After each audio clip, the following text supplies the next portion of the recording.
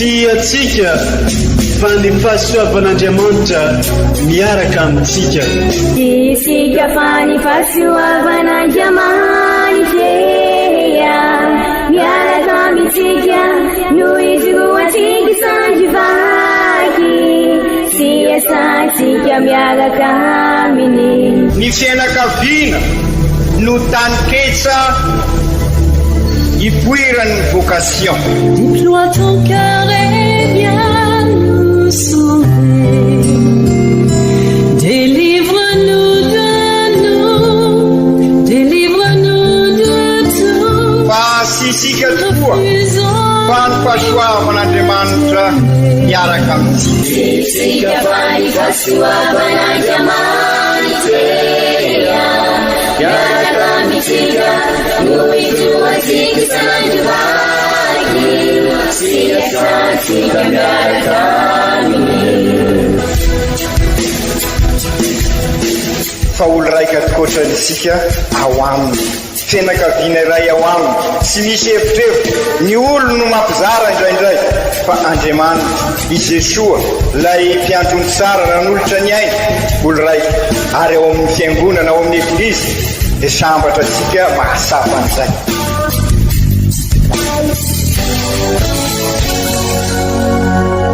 Olo araiky atsika atambatry ny fanahy masina kamiray,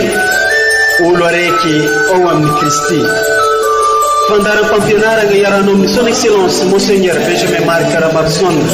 eto amin'ny radio Fania.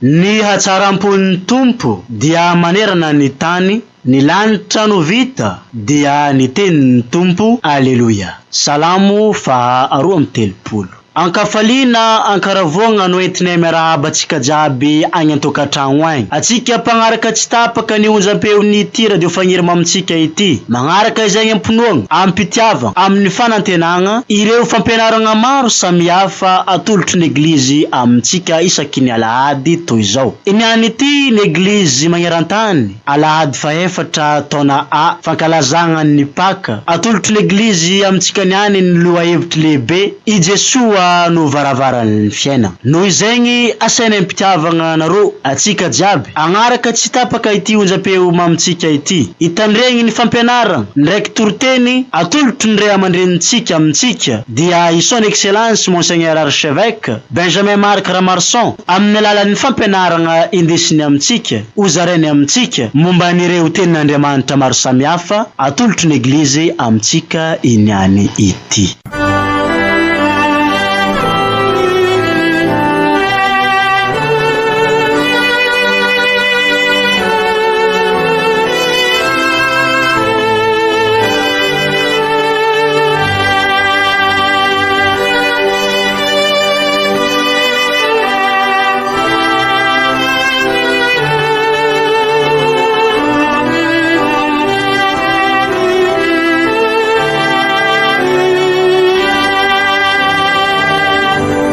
Fankalazagna ny tenin'Andriamanitra.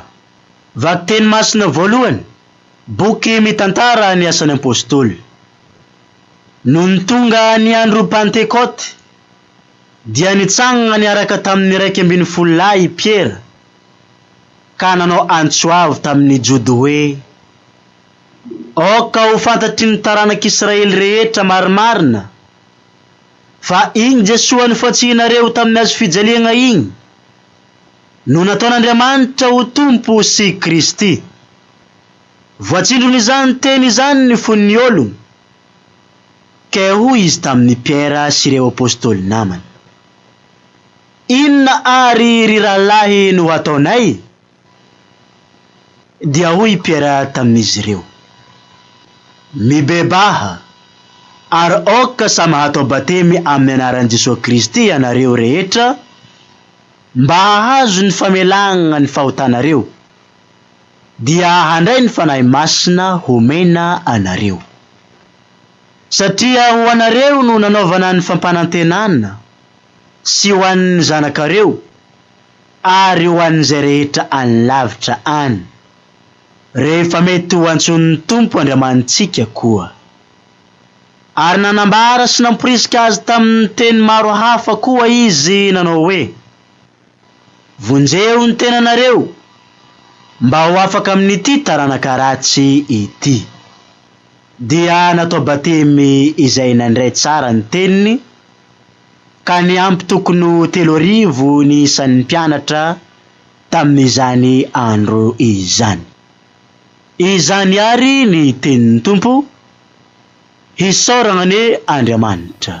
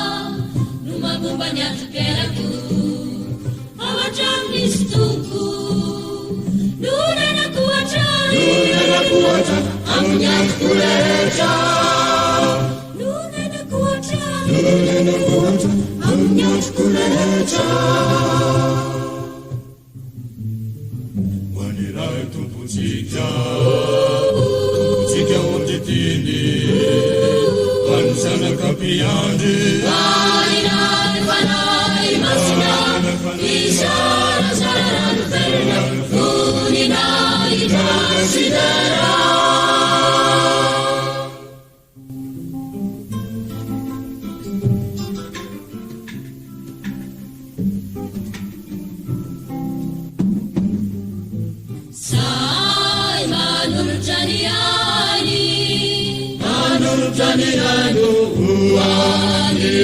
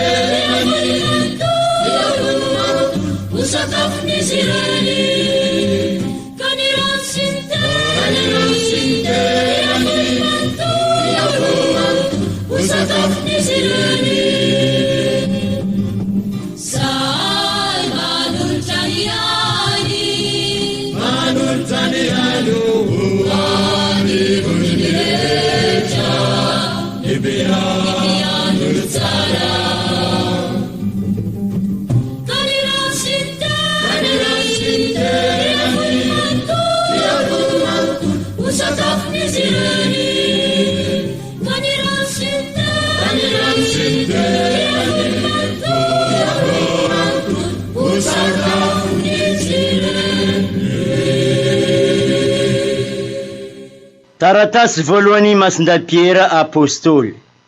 Ry ava-malala, raha manao soa ianareo no ampahoriana ka miaritra amin'ny mpandeferana, dia izany no ankasitran'Andriamanitra, sady izany koa no niantsoana anareo, satria i Kristy nijaly ho anareo koa, ka namela fianarana ho anareo mba hanarahanareo ny diany, dia izy ilay tsy nanota akory na mba niloham-bava nilaza fitaka velively. Izy ilay nitevetevaina nefa tsy nandrahona, fa nanolo tena tamin'ny mpitsara azy tsy aradrariny. Izy ilay nitondra ny fahotantsika tamin'ny tenany teo ambony hazo mba ho faty isika raha amin'ny ota, fa ho velona kosa amin'ny fahamarinana, ary nidian-kapoka taminy no nahasitrana anareo. Fa efa toy ny ondrina nia ianareo, ary ino ankehitriny efa tafaverina amin'ny mpiandry sy mpitondra ny fanahinareo. Izany ary ny tenin'ny Tompo, isaorana ny Andriamanitra.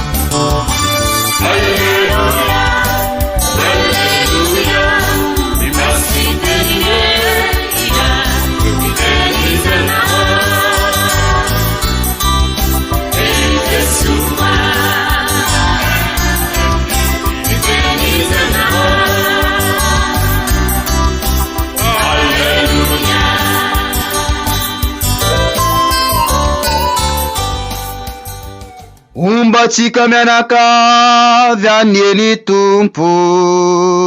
ho tanteraka tokoa anye iza. Evanjely masina nisoratany Masindajoany, voninahitra ho anao ry Tompo.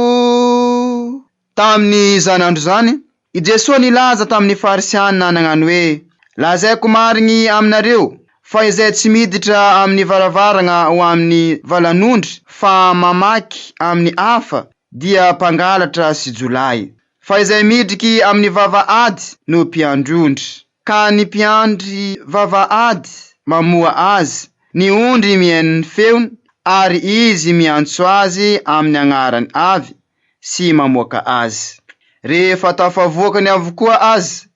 dia mialoha izy ka manaraka azy ny ondriny, satria mahalala ny feony, ary ny olon-kafa tsy arahiny fa andosirany, satria tsy mahafantatra ny feony.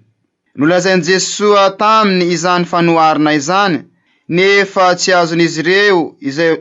nolazainy taminy izany. Ka ondray Jesosy taminy: lazaiko marigny dia marigny aminareo fa izao no varavarany ondry. Mpangalatra sy jolay izay rehetra tonga talohako, fa tsy nieno azy ny ondry. Izao no varavara. Raha izao no idiran'olona, dia hovonjena izy, ka iditry sy ivoaka, sady ahita hanina. Ny mpangalatra no tonga mba hangalatra sy hamono ary handringana, fa izao no avy kosa dia mba anana ny ondriko ny fiainana, sady anana ny azy be dia be.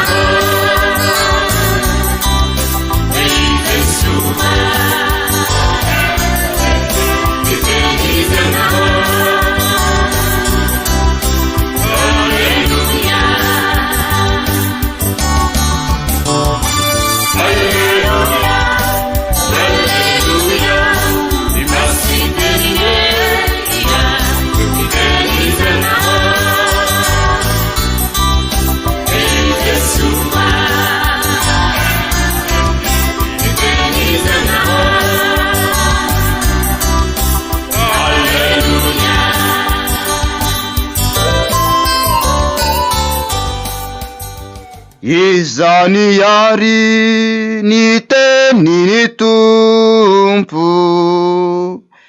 de raha ny eo anao ry Kristy.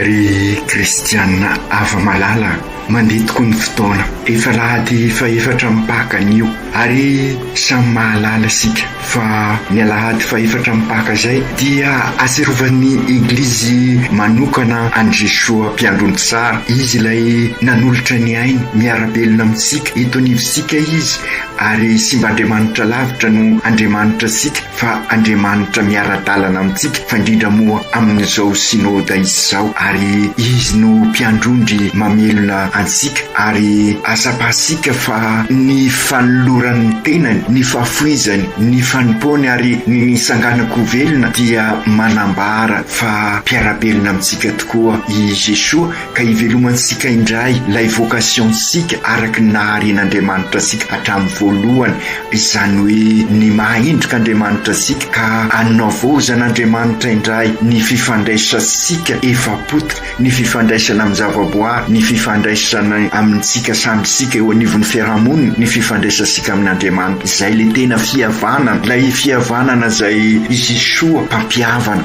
ary izay lay fihavanana sady kristianina zay irisika tokoa amin'izao andro sarotra diavisika izao, ka anorenatsika indray lay tranobe iombonana zay efapotika, ary tsy inona io tranobe iombonana io, ary tsy aiza io tranobe iombonana io fa ilay voalazany Genezy sany Edena. Ka ny sany Edena zany de io tranobe iombonana de ty tanitsika ity, ary zay ny atondian'i Jesoa teto amintsika mba hanavao an'izay fifandraisasika izy zay, de ny fifandraisasika amin'ny zavaboary miakina amintsika be deaibe zany zay, ary zay no ataosika amin'izao tapany faharoa amin'ny sinody ataosika izao, fianakaviana eglizy kely miaro ny tontolo iainana, mba hiverenan'izay tontolo iainana izay anampy isika araky ny vocation sika tamin'ny voalohany, ary arakaraky izay ikolokolosika azy sy embesasika azy sy iarovatsika azy no ahatonga an'izay tanjona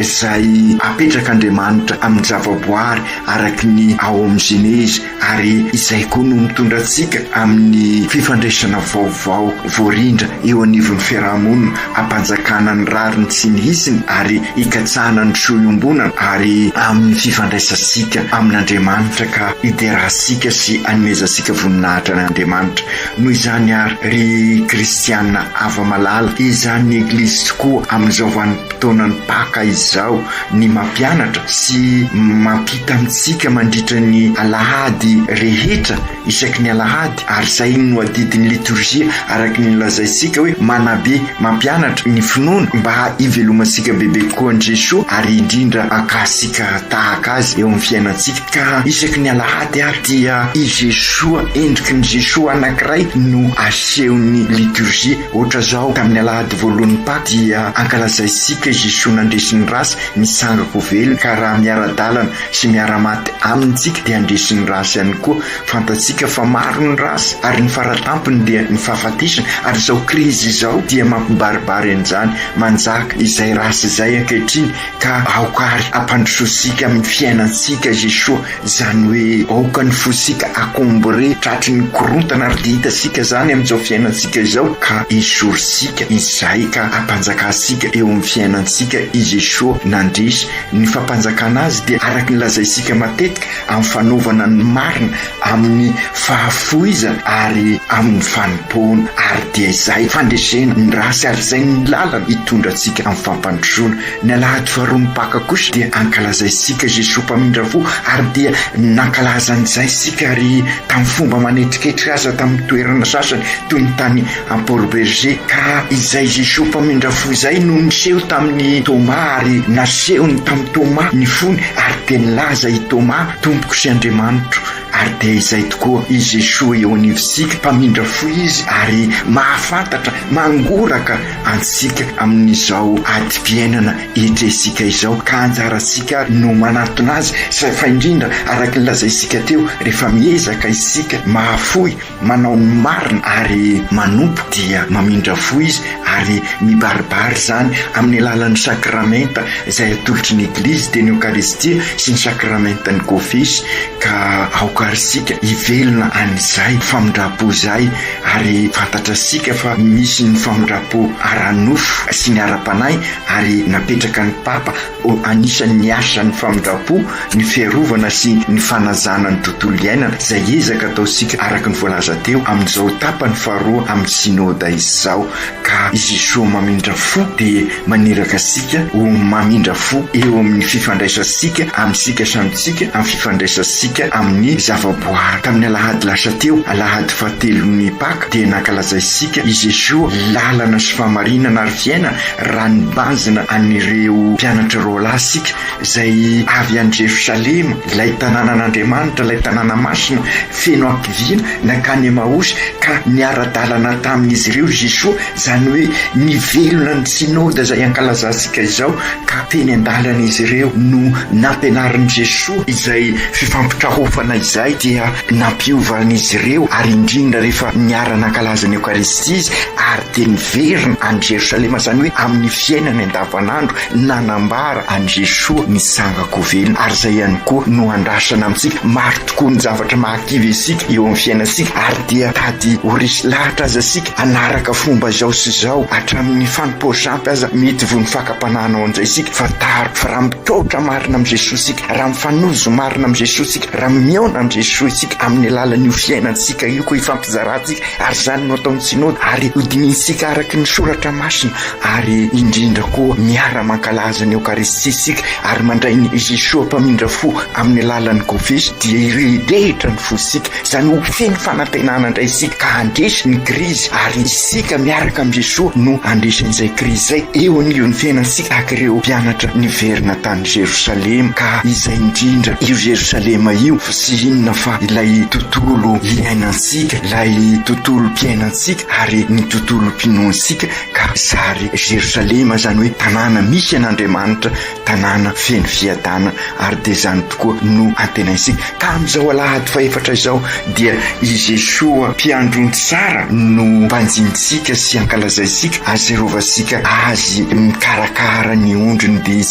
isika no ondrikondriky Kristy ary sy araky ny fomba fieritreretasika araky ny tenisika matetika hoe ny mpiandrondrikondrika dia midika hoe sy manaza nefa afantatra sika fa i Jesosy dia manaza sika tanteraka ary mamerina araky ny volaza sika teo amin'ny vocation sika ary dia izay ny toetra ny mpiandrony tsara ary izay no mahatonga sika ary manao ny vavaka ho an'ny pretra ho an'ny voatokana ho an'ny vita batemy rehetrarehetra fa indrindra moa mivavaka manokana asika ho an'ny pretra mba akatahaka ivelona tahaka an' Jesosy afoy anompo ary anampy asika izotra amin'ny lalana sy amin'ny fahamarinana ary amin'ny fiainana tsara ny mampasiahy ilay ezaka efa fanaotsika dia sinona fa nasaina isika anangana ampanahy adoption spirituelle isika pretra anankiray ny fianakaviana tsiraikiraiky no eto amin'ny diocese no nasaina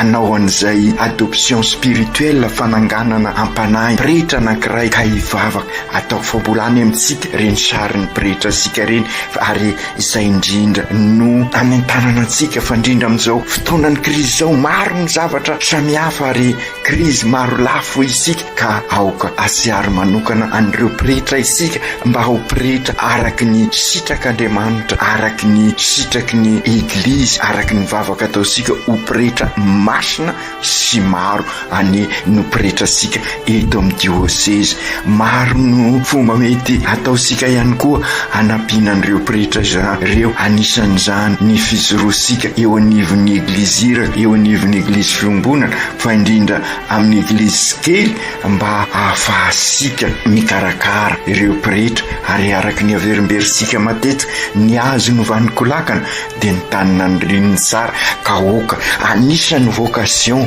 ny fanorenana ny tokatrano araky ny maha-kristianina tokantrano vita mariazy fianakaviana kristianina eglizy kely ho isika ka vocation anankiray koa zay satria sy misy ny pretra raha sy misy ny fianakaviana eglizy kely ary te hivavaka ho an'izany koa isika to amin'izao andiniansika sy vavahasika mikasika ny mpiandrony tsara alahady faefatra ary hoka asiaro manokana any papa isika satria fantatra sika fa izy no solotenan'ny Kristy eo anivon'ny eglizy fantatra sika ny zavatra etrehany amin'izao azadino ihany koa ny mivavaka ho an'ny eveka rehetra satria izy no solotenan'ny apôstôly eo anivon'ny dioseze ka izay indrindra ry kristianina havana maninona moa isika no mivavaka manokana ho an'ny pretra ny pretra tokoa no manolotra ny eukaristia ny fisin'ny eukaristia no mamelona ny eglizy mampizoro ny eglizy ka aoka isika zany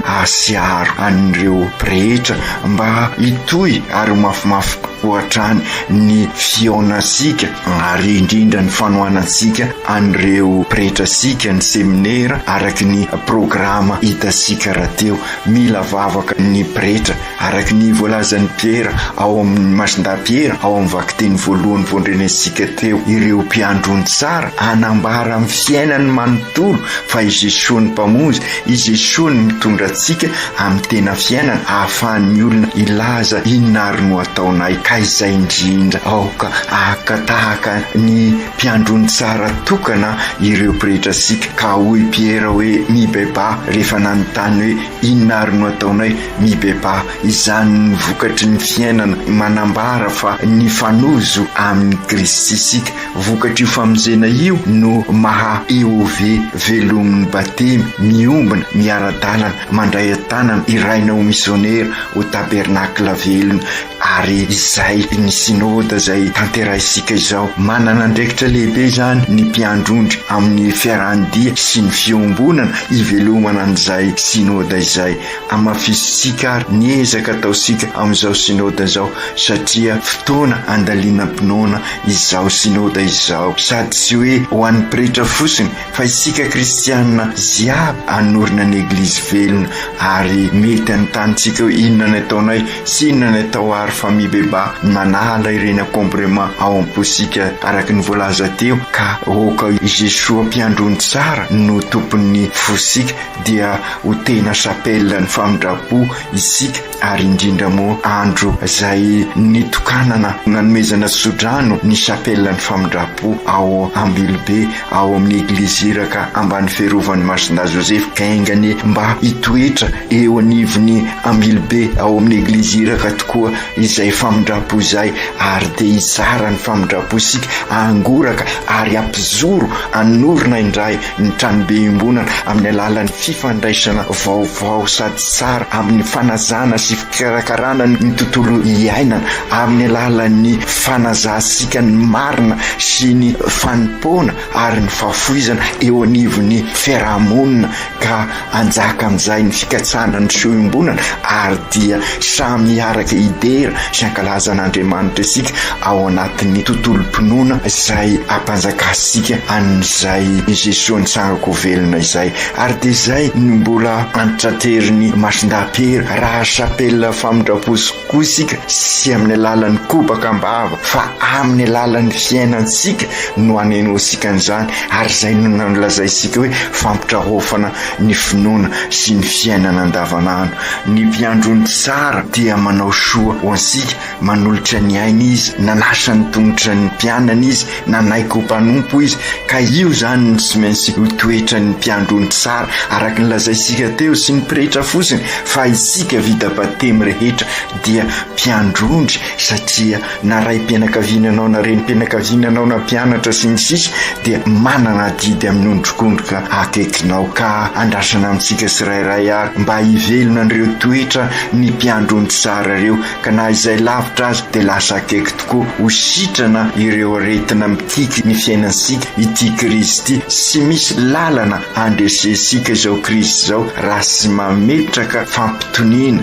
vokatry ny marina mitondra ny fifanasoavana sy ny fifampisimbinana mampanjaka ny fifanazana ary indrindra manaza ny fananana iombonana eo anivon'ny fiainansika andavanandro. Ry Jesosy Tompo, ianao tokoa no mpiandrony tsara ka ingany noho ny fitiavanao anay dia ho vonina hanolotra ny ainay ho an'ireo manodidina anay izahay. Ingany ho vonina hanompo koa izahay ary indrindra koa hanavao ny fifandraisanay amin'ny mpiarabelona aminay amin'ny voary ary amin'izay afaka hiderasany mevoninahitra an'Andriamanitra izahay. Ka noho ny fahasoavanao ary dia mivavaka ho an'ireo mpanaradianao akaiky izay sarona manokana amin'izao lahady faefatra ny baka izao. Mivavaka ho an'ny Papa Ray Masina, izy ny solotenanao eto avoanay. Engany ho hitanay tokoa ny mampiandrony tsara azy. Engany niezaka ataony hitarika ny vahoaka anatonanao ka ho tantana ny fahasoavanao mandrakariva izy na dia eo aza ireo fisapana maro eo anivon'ny Eglizy. Mivavaka an'ireo eveka, ny pretra, ny voatokana ary masiaro koa ny fianakaviana ny azo tokoa ny vanikolakana ny tanina ny rininy tsara. Engany mba ho fianakaviana misy an'Andriamanitra ny fianakaviana ka tonga anay ho sapely ny famindrapo velona eo amin'ny fiainanay andavanandro. Engany ho tena Eglizy kely tokoa ny fianakaviana rehetra. Masiny Maria reny eo, ianao ny reniny mpiandrony tsara ka kininay aminao ireo mpiandrondrinay rehetra mba hanaka an'ilay mpiandrony tsara tokana dia Jesosy zanakao. Masinay Josefa ray mpiaro ny Eglizy ary mpiaro an'izao tontolo izao, ianao no anakinanay ireo mpiofana ho mpiandrondry na lehilahy na vehivavy, ampio koa ireo miomana hanorana tokantrano rehetra mba hasapa fa ny azo tokoa ny vanikolaka dia ny tanina ny rininy tsara ka niankina be dehibe amin'ny fianakaviana ny fiainan'ny Eglizy na ny fiainan'ny fiarahamonina. Ka engany ireo izay manam-pandriana hanorana tokantrano izay mba hakatahaka ny fianakaviana masina izay tao Nazareta ka hasapa fa sy ho hisy tokoa vocation raha sy eo anivon'ny fiainam-pianakaviana araka ny sitrak'Andriamanitra. Aoka tanteraka izany amin'ny anaran'ny Ray sy ny Zanaka sy ny Fanahy Masina. Amen.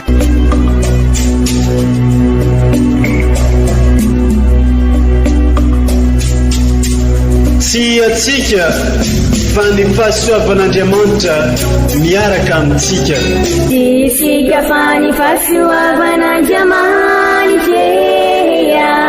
miaraka amintsika noho izy roa tsika sandrivaky sy asantsika miaraka aminy. Ny fianakaviana no taniketsa ipoiran'ny vocation. Déploie ton cœur et viens nous sauver. Délivre-nous de tout. Fa sisika tokoa fa ny fahasoavan'Andriamanitra miaraka amintsika. Isika fa ny fahasoavan'Andriamanitra miaraka amintsika noho izy roa tsika sandrivaky sy asantsika miaraka aminy. Fa olo raika tokoatran'isika ao aminy, fianakaviana iray ao aminy, sy misy hevitrevitra. Ny olo no mampizara indraindray fa Andriamanitra i Jesosy lay mpiandrony tsara nanolotra ny aina olo raika ary ao amin'ny fiangonana ao amin'ny Eglizy dia sambatra antsika mahasapa an'izay.